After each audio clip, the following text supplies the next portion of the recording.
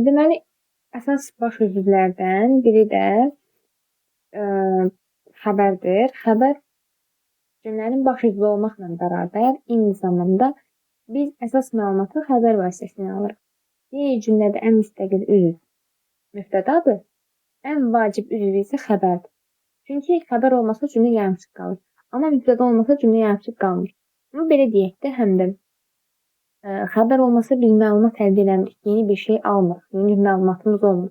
Məsələn, bu adlıq cümlədə deyir, Vaqifin evi, məsələn, evin arxası, məclis və s. xəbəri olmur da, xəbər olmayan cümlələr. Məsələn, həmin cümlələrdən hər hansı məlumat ala bilmirəm. Nəsə, xəbərlər dedik ki, ümumiyyətlə quruluşuna görə sadə və mürəkkəb olurlar. Sadələr sözlərlə və mürəkkəblər isə söz birləşmələrlə ifadə olunur. Məsələn, deyirəm ki, bir də xəbər, məsələn, deyirəm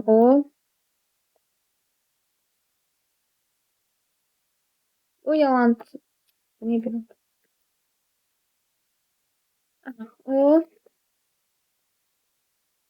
o yalancıdır cümləsində yalancı sözü, düzəltmə söz, düzdür.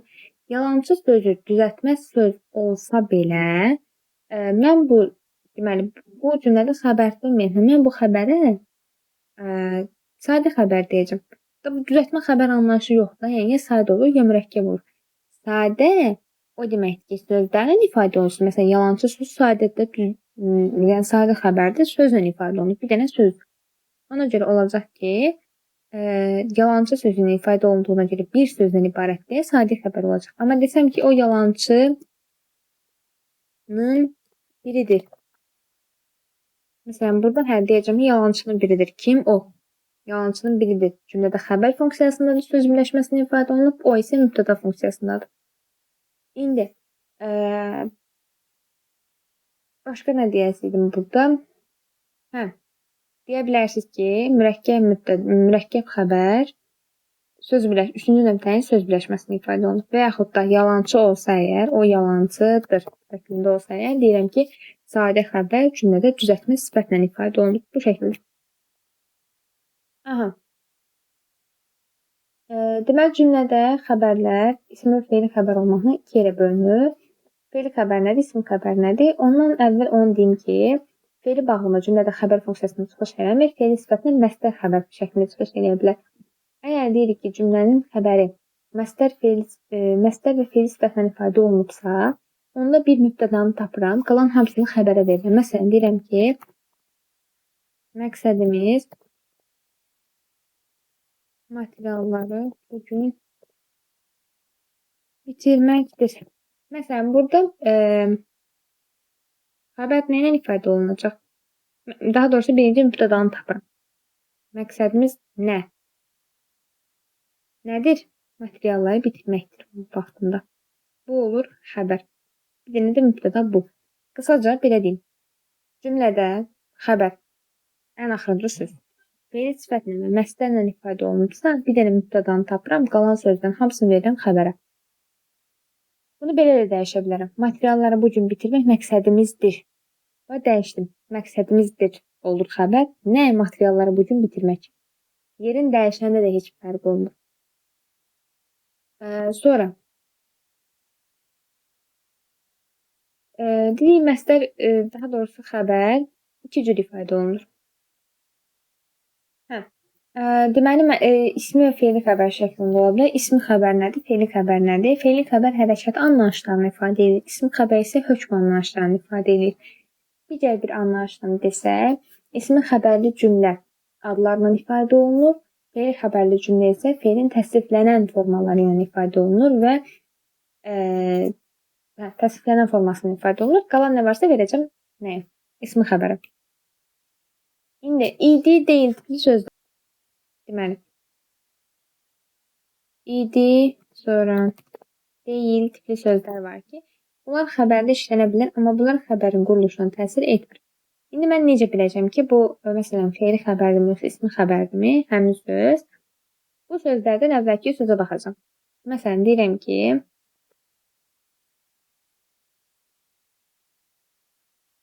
ondan gələsi deyil, deyirəm ki, bunu oxumalı idi. Bu deyildən idini çıxıram. Ya imiş olsun. Çıxıram onları. Onlara baxası deyiləm mən. Mən baxasıyam ondan əvvəlki sözə. Ası əsli deyil, malı məli deyil. Biri vacib şəklində, biri lazım şəklində. Düzdür? Lazım şəkli və vacib şəklində olan feillər feilin təsriflənən formasına aiddir. Mən də bayaq nə demişdim? Feili xəbərli cümlə feilin təsriflənən formasına ifadə olunur. Deməli, bunlar hər ikisi feilin təsriflənən formasıdır.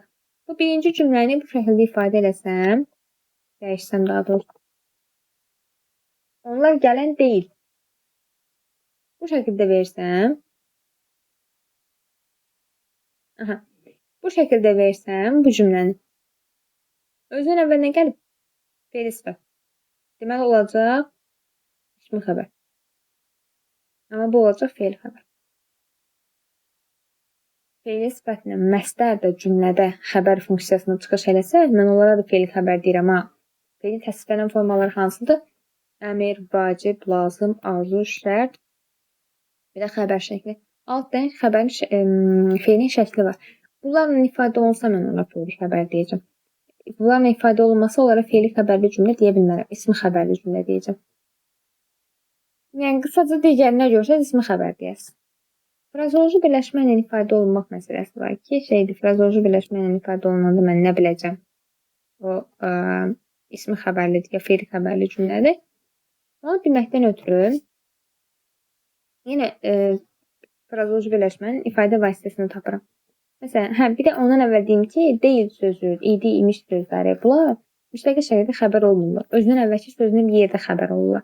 Amma deyil sözü müstəqil şəkildə xəbər ola bilər. Nə vaxt? Məsələn, mürəkkəb cümlə deyil. Deyirəm ki, məsələn,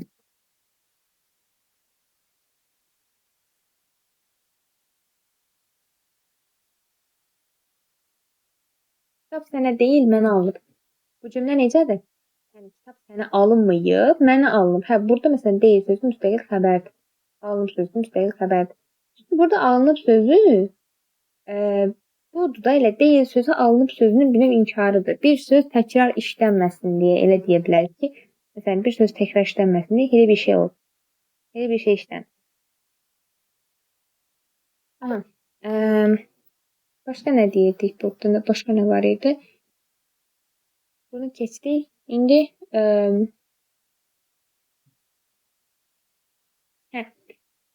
maqla olan ifadələr var ki, onlar bəzən özündən sonraki sözlə bir yerdə cümlə özü olur. Xəbər funksiyasına çıxış edir və feili xəbər olur.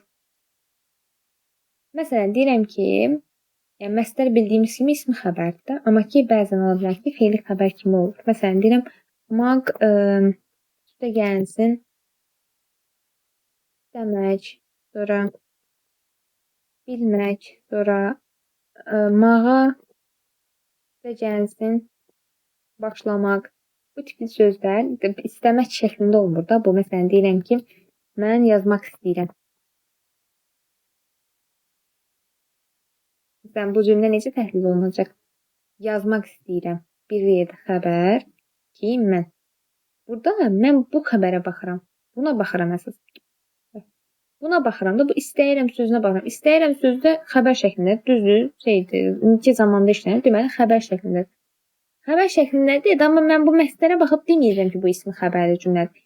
Məstər əgər gəlib burada olarsa, mən ona ismi xəbər deyəcəm. Məsələn, bu şəkildə olsa ki, mən məsələn, yazmaq istəyənəm. Dəqiqə, onu düzəldim. Mən yazmaq istəyənəm. Məsələn, bu cümlədə mən deyərəm ki, məsələn, istəyənəm nədir? Feili sifətdir də. Feili sifətdir deyə bu ikisi bir yerdə xəbər funksiyasında çıxış edirdi və ismi xəbər olacaq. Yəni, ona görə deyirəm ki, əsas baxıram mən orada cümlənin ikinci xəbərinin ifadə vasitəsinə. Cümlənin ikinci xəbəri. Əgər feilin təsdiqlənən formalarına ifadə olunsa, mən ona deyəcəm ki, sən feili xəbərsən, təsdiqlənən formaları olanda. Yox, əgər feilin təsdiqlənən formaları olmayıb, digər nə olursa, mən ona deyəcəm, deməli sən ismi xəbərsən. Sonra deyirik ki, feili xəbər bayaq dedik, sabit və sərbəst söz birləşmələrindən ifadə olunmaq məsələsi var. Nədir sabit söz birləşməsi, nədir sərbəst söz birləşməsi? Sabit bilirsiniz ki, frazoloji birləşmələrdə, sərbəstdəki birinci, ikinci, üçüncü nömrəli söz birləşmələri, fe'li birləşmələri var idi. Fe'li, sifət, tərkib, məsdər tərkibi. Olardı yəni. İndi tərkib yox, ətraflı birləşmə. İndi burada nə məsələsi var? Sərbəst söz birləşməsindən ifadə oluna bilməz fe'li xəbərli cümlə. Çünki dedik axı, fe'li xəbərli cümlə nə ilə ifadə olunur? Fe'lin təsdiqlənən formalarının. Fe'lin təsdiqlənən forması da gəlib cümlədə birləşmədə necə əsas tərəf kimi çıxış eləsin? Əsas tərəf kimi çıxış eləmir. Ona görə də sərbəst söz birləşməsi gəlib fe'li xəbərin ifadə vasitəsi ola bilməz. Amma ki, fe'li xəbər frazoloji birləşmənin ifadə oluna bilər. Frazoloji birləşmədə morfologiyada mürəkkəb kimi götürülürdü. Amma sintaksisdə sadə götürülür. Yəni fe'li xəbərli cümlə heç vaxt mürəkkəb ola bilməz. Sadə olur. Sadə formasında da olur. Deməli, məsələn, frazoloji birləşmə ilə ifadə edək. Onlar döyüşdə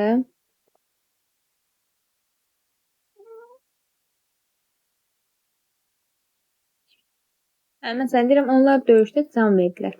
Can vermək nədir? Frazoloji birləşmə. Düzdür. Can vermək frazoloji birləşmədir. Bunu bir yerdə xəbər kimi götürdüm. Kim? Onlar. Harada? Döyüşdə. Burada can verdilər sözündə d zaman şəkilçisi var. Zaman şəkilçisi var deyə mən bu cümlədə deyəcəm ki, bu fe'li xəbərli cümlədir. Niyə? Çünki zamandır da, deməli xəbər şəklindədir. Bir də deyirəm ki, onlar can verənlərdir. Can verənlərdir ifadəsində ən nədir? Fe'li sifət. Bax dedik, fe'li sifətlə məsələn ifadə olunsa nə olur? İsmi xəbər olur. Deməli bu ismi xəbərdir. Yəni frazoloji birləşmə ilə ifadə olunanda da mən onun ifadə vasitəsinə baxıram. Əgər fe'lin təsdiqlənən formaları ilə ifadə olunursa fe'li xəbərlidir. Fe'lin ümumiyyətlə digər nə ilə ifadə olunursa, məsələn fe'li sifətlə ifadə olunursa mən ona deyəcəm ki, ismi xəbərlidir. Yəni frazoloji birləşmələr həm fe'li, həm ismi xəbərli ola bilər. Bir də məsələn, cümlədə bəzən ola bilər ki, deyə bilər ki, sənə xəbəri iki formada fikirləşilə bilən cümlələr deyil. Ona nəyə baxırsınız? Məsələn, mən qaçmaq nədir? Qazmaq istəyirəm. Bu cümlə mən iki cür təhlil edə bilirim. Nə edirəm? Qazmaq istəyirəm. Düzdür? Kim mən? Bu formada, yəni yeri qazmaq istəyirəm. Bayaq dedik, makbüs istəmək bir yerdə götürülür və fe'li xəbər olur. Çox vaxtı fe'li xəbər olur da. İndi yenə deyirəm, ifadə vasitəsinə baxırsan. Fe'li sifətlə, məslərlə ifadə olunursa ismi xəbərli, təsdiqlənən formalarla ifadə olunursa fe'li xəbərli. Burada fe'li xəbərlidir. O heç, o ayrı öz yerində. Burada qazmaq sözü bir də nə mənada fikirləşilir? Yeməyin qazmağı var, o mənada. Deyirəm ki, məsələn, mən istəyirəm nəyi? Qazmağı. Bu da olacaq tamamlıq. Artıq tamamlıq mövqeyinə çıxış edir. Məndəki mübtəda olacaq. Yəni bu şəkildə də ola bilər. İki cür fikirləşilə bilər, yəni bir cümlədə. Sonra cümlədə sual əvəzliklərlə ifadə olunma məsələsi var. Sual əvəzlikləri ilə ifadə olunanda yenə də deyirik. Sual əvəzliyi nəyi ifadə edirdi? Nitq hissələrinin sualları idi da, düzdür. Məsələn, deyirəm ki, onlar burada edirlər. Sonra bir deyirəm ki, onlar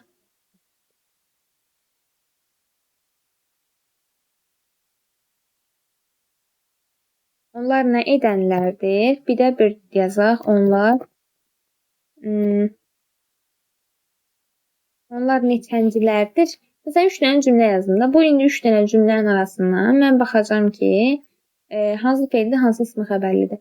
Yenə də eyni şeyə baxıram. Bax, sual əvəzliyini seçirəm birinci. O olur xəbər funksiyasında, o heç. Bir də var, yox, lazım, gərək, mümkün, bəs tipli sözlər. Bunlar da ismi xəbər olur və tək formada, suala cavab vermədən xəbər olurlar. Tək formada, yəni onun əvvəlki sözü falan götürmüşdür. Onu yazın. Məsələn, mənim məsələn, maşınım var. Bax, burada məsələn, mən deyəcəm ki, var xəbər, nə mənim maşınım, mübtəda. Mən burada var sözünə sual verməyəcəm. Deməyəcəm, ha, var sözü falan cümlə üzvüdür, nədir. Elə bir şey sual verə bilmərəm, yəni. Suala cavab vermirəm. Həm də müstəqil şəkildə xəbər olur. Bir də sual əvəzləri. Suala cavab vermirlər və müstəqil şəkildə xəbər olurlar. Yəni, suala cavab vermə funksiyaları yoxdur bunların. Sual əvəzlikləri istənilən cümlə üzvü funksiyasına çıxış eləsə suala cavab vermir. Məsələn, deyirəm, təyinin sualıdır, təyin funksiyasına çıxış eləyəcək və yaxud da ismin sualıdır, mübtəda funksiyasına çıxış eləyəcək. İndi baxırdan işləndiyi cümlədə yenə cümləyə baxırsınız. Yəni, suala cavab vermirlər bunlar. Onlar burada nə edirlər? Nə edirlər xəbərdir. Kim onlar? Harada? Burada. Məsələn, bu cümlədir də. Burada nə edirlər də? Nədir? Zaman. Deməli, feili xəbər şəklindədir. Xəbər şəklindədir və nədir? Feili xəbərdir. Bayaq dedik axı, feilin şəkilləri ilə ifadə olunsa olur, xəbər şəklində. Daha doğrusu, feili xəbər. Onlar nə edənlərdir? Edən nədir? An-ən. Feili sifət. Düzdür? Deməli olur, ismi xəbər. Bu qədər. Sonra, eyni sözdə nə etməkdir bu? İkisində də nə etməkdir? Amma biri feil sifətli deyə ismi xəbər olur, biri feili xəbərlidir deyə. Daha sonra xəbər şəklində, daha doğrusu xəbər şəklində deyə feili xəbərlidir. Üçüncüdə ona neçənci deyirlər. Neçənci nəyə sualdır? Sayın. Say nədir? Bayaq dedik. Say nədir? İsmi xəbər. Deməli, bu da ismi xəbərli cümlədir. Bax, ismlə ifadə olunsa, sifətlə ifadə olunsa, əvəzlə ifadə olunsa, zərflə ifadə olunsa, feili sifətlə, məsdərlə ifadə olunsa, sayı bilmirəm, deməlim, sayla ifadə olunsa, sonra söz birləşmələri ilə ifadə olunsa, birinci, ikinci, üçüncü təyin söz birləşməsindən gedir söhbət. İfadə olunsa, mən bunlara deyəcəm. Sonra bir də məsələnin feili sifətlə ifadə olunsa, bunlara deyəcəm. İsmi xəbər. Yox, əgər feilin təsdiqlənən formalarından ifadə olunsa, bunlara deyəcəm feili xəbərli cümlə. Daha sonra başqa nə var idi burada? Elə yəni, məncə bir şey qalmadı.